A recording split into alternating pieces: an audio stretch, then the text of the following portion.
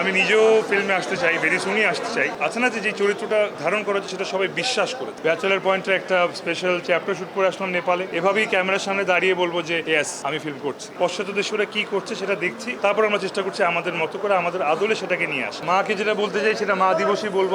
দেশে ফিরলাম, আমাদের ব্যাচেলার পয়েন্টের একটা দেশের বাইরের এপিসোড শুট করে আসছি আমরা। তো ওটা এবার আমরা নেপালে ধারণ করলাম। ওটা এবার ঈদে স্পেশাল এপিসোড চ্যাপ্টার হিসেবে আসবে। আশা করি সবাই দেখবেন, ভালো লাগবে। এই প্রশ্নটা অনেক ভাস্ট একটা প্রশ্ন। আজকে এরকম যত আপনারা সবাই মিলে আছেন, এই প্রশ্ন সবাইকে মানে প্রত্যেককে আমি এক একবার করে ব্যাখ্যা করছি।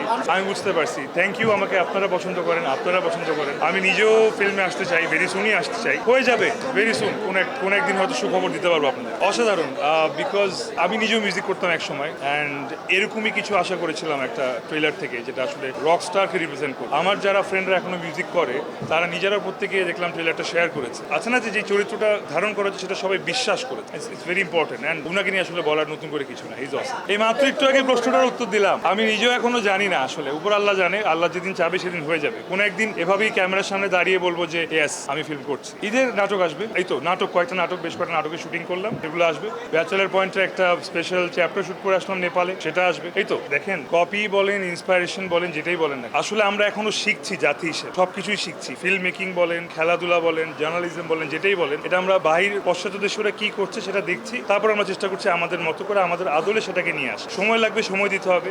রকস্টার দেখে মনে হলো ভেরি অরিজিনাল, তো আশা করি এটা ভালো কিছু হবে। মানে রকস্টারে আমি আছি কি না? না, অবশ্যই আমি নেই। আমি এখনই গুঞ্জন ক্লিয়ার করে দিচ্ছি। হ্যাঁ, এটা একটা অনেক বড় প্রশ্ন। চক্র 3 তো অলরেডি অ্যানাউন্স করা হয়েছে, ডিসেম্বর 31 রিলিজ হবে। মাত্র তো মে মাস, আসলে স্ক্রিপ্টিং এর কাজ চলছে। কোরবানিদের পরে আমরা আসলে শুটিং ফ্লোরে যাব ইনশাল্লাহ। কারণ ভিন্ন গেটাবে আসা উচিত না, একই রকম গেটাবে আসা উচিত সবসময়। দেখেন, কোনোটার সঙ্গে কোনোটা কম্পেয়ার করা উচিত না। নাটকের জায়গায় সিনেমা যায়। অনেক সিনেমা আছে হয়তো সেটা নাটকের চেয়ে কম মানের হতে পারে, আবার অনেক নাটক আছে অনেক সিনেমার চেয়ে ভালো মানের হতে পারে। কমপ্লিটলি আলাদা। নাটকে আমি চেষ্টা করি আমার লুকস, ক্যারেক্টার, স্টোরি একটু আলাদা করি। নিজেই একসময় একরকম কাজ করে, এখন চেষ্টা করছি ভিন্ন কিছু করার, যাতে মানুষ আসলে আমাকে আপনাদের মতো ভেরি সুন সিনেমা দেখতে। মাকে যেটা বলতে চাই সেটা মা দিবসই বলবো। আজকে আপনাকে বললে আগে জানিয়ে দিবেন মা। Thank you. কি শিখলেন? অনেক কিছু শিখছি, অনেক কিছু। শুধু একটা জিনিস শিখছি যে চেষ্টার কোনো ত্রুটি রাখা যাবে না। চেষ্টা সবসময় চালায় যেতে হবে, এবং এখানে কেউ জিতে গেছে বলে কোনোদিন হয় না। এখানে কেউ আজকে জিতবে, কেউ কালকে জিতবে, কেউ পরশু জিতবে, এটাই ভাবেই, এটা নিয়ম এটাই। এখানে কেউ একা রাজত্ব করবে সেটা আসলে না। সবার জন্য জায়গা, সবার সমান পেস থাকা উচিত,